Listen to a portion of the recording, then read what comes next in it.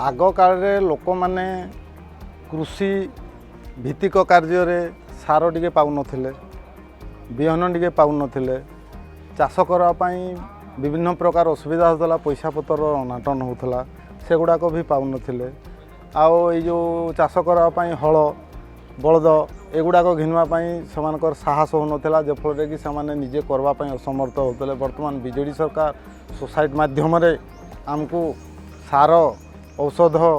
बिहन कृषि लोन इत्यादि इत्यादि आमको सब जोगई देगी चाषी मान को बेनिफिट करबार सक्षम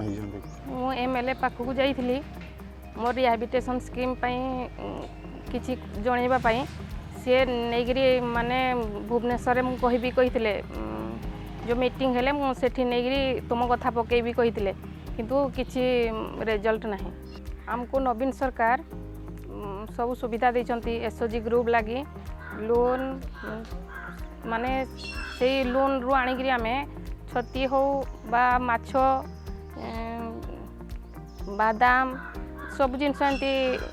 पनीपरिया लगौंती आमको बीजेडी सरकार जो प्रकार साहाय्य जोगई देगी सेटा का माध्यम डायरेक्ट आसिकी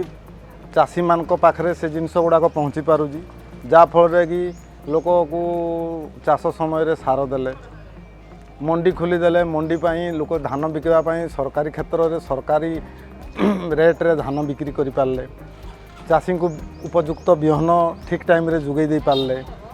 मुग बिरी एग्रिकल्चर जरिया बिहन आनिक जोगईदे आ कीटनाशक औषध गुड़ाक आनिक से जोगई देगी चाषी मान को पूर्व रे जोपरी से असुविधा पाते बर्तमान ताठू 75% अभाव लोक सुविधा पाई जीवन यापन करुँच नवीन सरकार यही प्रकार कार्यक्रम करी आमर चाषी तथा बारकुटवासी की